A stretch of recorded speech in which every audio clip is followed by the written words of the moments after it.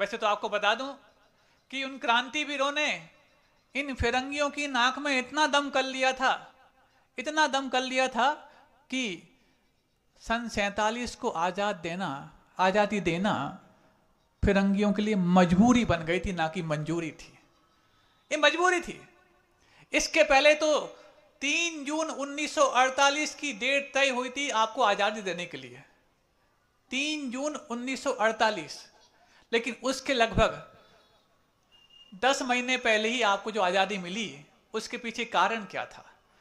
तो उन क्रांतिवीरों का वो अपने आप में क्रांतिकारी प्रदर्शन तो था ही, लेकिन उनके अंदर लगी हुई वो क्रांति भी थी, जिस क्रांति को बुझा पाना किसी के बस की बात नहीं हो रही थी। और उन क्रांतिकारियों में भारत के हर संप्रदाय के क्रांतिकारी थे, आपको पता है। भारत के ही क्यों, महाराष्ट्र के ऐसे कई रणबांकुरे थे जिन्होंने क्रांतिवीर बनकर के और अपने आप को वीर गति को प्राप्त कराया। और जहां तक जिंतूर के सूचीबद्ध क्रांतिवीरों का नाम आता है, तो ऐसे 21 क्रांतिवीर जिंतूर से हुए हैं जिन्होंने आजादी की लड़ाई में अपना योगदान दिया है। और ये तो आपकी तालियों के लिए पर्याप्त नहीं मैं समझता, क्योंकि तब तिरंगा और बजरंगा दोनों एक पांडाल में हों, तो 21 क्रांतिवीरों में 7 क्रांतिवीर ऐसे थे जो जैन थे और आपके लिए तिरंगा के लिए कारण बनने वाले थे। सुनो, सिर्फ जैन थे?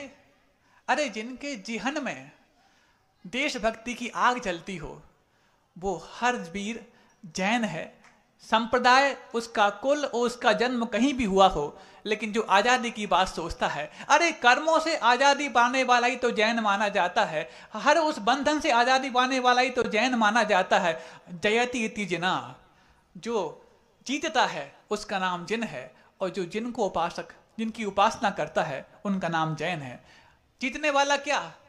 दूसरों को जीतना तो फिर भी अस्त्र शस्त्रों से संभव है, लेकिन खुद को जीतने के लिए भी शास्त्र भी कम पड़ते हैं। तो जिसने खुद को जीतना प्रारंभ कर दिया और खुद को जीतने में जो बाधक बने थे उन कर्मों को भी हरा के परास्त कर दिया, ऐसा वो जैन है। और हमारी स्वाधीनता में, चाहे वो शारीरिक हो, चाहे वो आर्थिक हो, चाहे वो देश की स्वाधीनता हो, जिनने शुरुआत की है उसमें अपने आप को बंधन मुक्त करने की, वो हर क्रांतिकारी जैन है। तो ऐसे लगभग 1/3 सूचीबद्ध आपके जो जिंतूर के क्रांतिकारी थे, उनमें से 1/3 सूचीबद्ध जैन थे, जिनमें आपको जान करके फख्र भी होगा कि कौन थे।